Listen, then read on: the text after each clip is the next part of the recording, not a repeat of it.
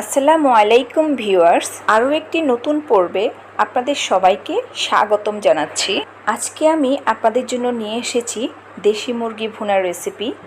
আপনারা হাতে মাখিয়ে খুবই সহজভাবে এভাবে করে মুরগি রান্না করে দেখবেন, খেতে কিন্তু দারুণ লাগে।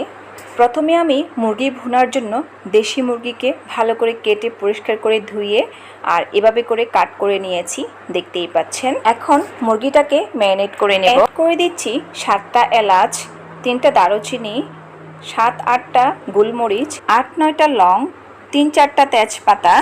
সব গরম মশলাকে এখন মুরগির সাথে অ্যাড করে দিব।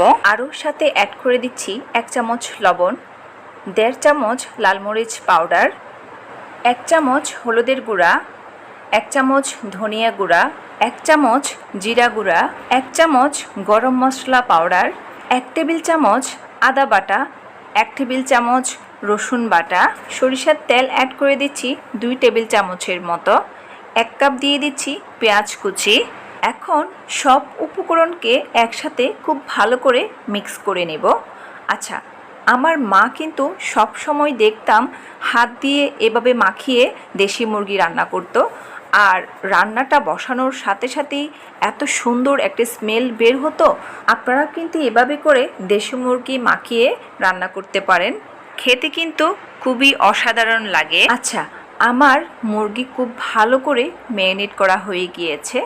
এখন আমি 4-5টা কাঁচামরিচকে ভেঙে অ্যাড করে দিচ্ছি। যেহেতু আমি মুরগিটাকে হাত দিয়ে মাখিয়ে নিয়েছি, তার জন্য অল্প পানি দিয়ে হাতটাকে একটু ধুয়ে মুরগির সাথে অ্যাড করে দিলাম পানিটুকু। কথায় আছে না, মানুষ খাবার খাওয়ার পরে বলে আপনার হাতে জাদু আছে, এটাই হচ্ছে সেই জাদু।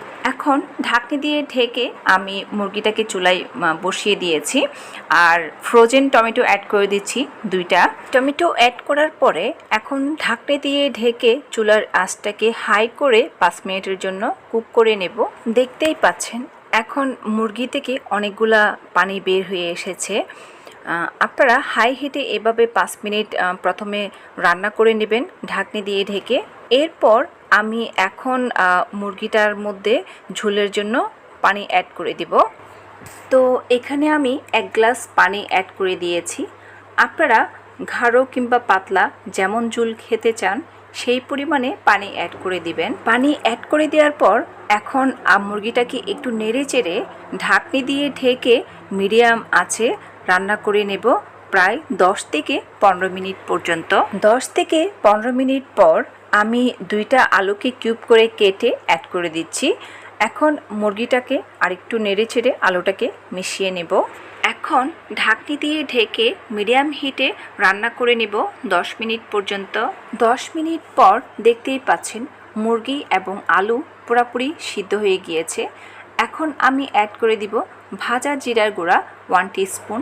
এখন মুরগিটাকে হালকা হাতে নেড়ে চেড়ে দিব। ভিউয়ার্স, আমার এইরকম অসাধারণ নতুন নতুন রেসিপি পাওয়ার জন্য আমার চ্যানেলটিকে সাবস্ক্রাইব করে পাশের বেল আইকনটাকে অল করে দিতে একদম ভুলবেন না। আর আমার ভিডিও ভালো লাগলে ভিডিওটাকে একটা লাইক দিবেন, আর আপনাদের ফ্রেন্ডস এবং ফ্যামিলির কাছে শেয়ার করে দিবেন।